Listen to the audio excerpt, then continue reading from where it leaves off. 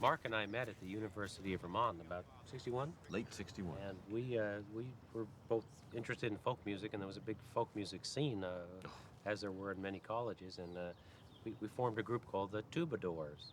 2TWO, Badors, because there were two of us. Yeah. That was the reasoning behind the name. yeah.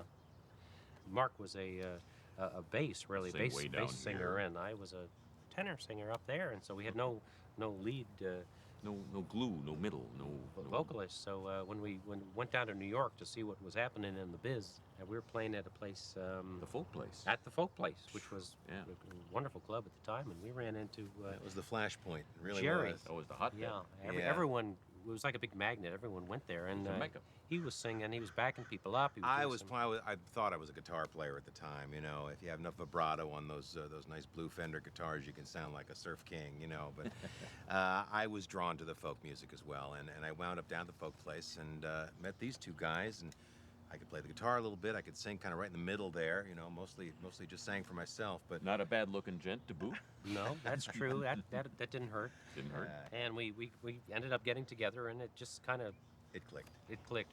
And Mr. Irving Steinblum came down, and he signed us to Folktown, which was the label to be on. Terrific label.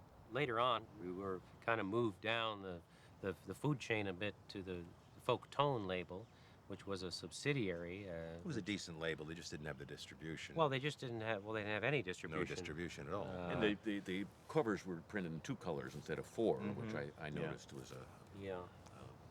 And they had no hole in the center of the record, so a lot No, of you'd have to provide it the yourself. people It was a drawback. complained that you'd get this vinyl, of course, in those days, and it's kind of up to you to kind of center it and make the It actual would teeter crazily on the little spindle the until you... hole, and that was a whole. Well, of course, we had no control Nightmare, over that nightmare, aspect of yeah. it, but But they were still good records. They were Oh, they good. were It great was good records. product. And if you Just punched a hole hard in to them, you'd play. have a good time. Yeah.